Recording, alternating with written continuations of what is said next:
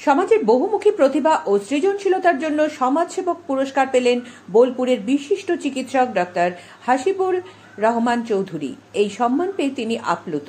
বাবা আম্বেদকর স্মরণে গুণীজন সম্বর্ধনা ও বিশেষ আলোচনার সভা হয়ে গেল আম্বেদকর কালচারাল কলেজের নিউ বারাকপুরে। উপস্থিত ছিলেন সমাজের বিশিষ্ট বহুমুখী মানুষজন।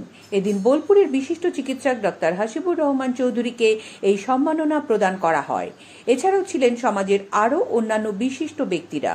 অনুষ্ঠানে উপস্থিত ছিলেন পশ্চিমবঙ্গ সরকার যুব কল্যাণ দপ্তরের সচিব দিলীপ বিশ্বাস, বিধায়ক ডাক্তার নির্মল মাঝি ও কবি কাজী নজরুল ইসলামের বংশের প্রিন্সিপাল ডাক্তার সোনালী কাজী দ্বারা প্রেরিত মানপত্র ও কাজী নজরুল স্মৃতি স্বর্ণপদক বিশিষ্ট চিকিৎসক ডাক্তার হাসিবুর রহমান চৌধুরীকে প্রদান করা হলো।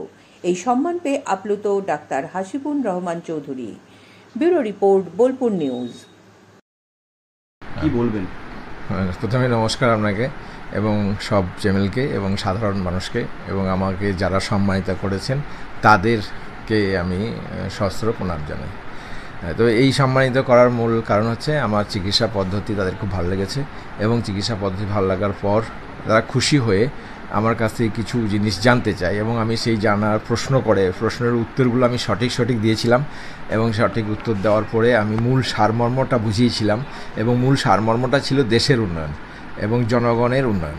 মানুষ যাতে উন্নয়ন করতে পারে, মানুষের চলার পথ সবই ঠিক, কিন্তু একটু চলার পথগুলো তাদেরকে যদি একটু জানিয়ে দেওয়া হয় তাহলে আরও বেশি তারা উন্নয়ন করতে পারবে দেশের।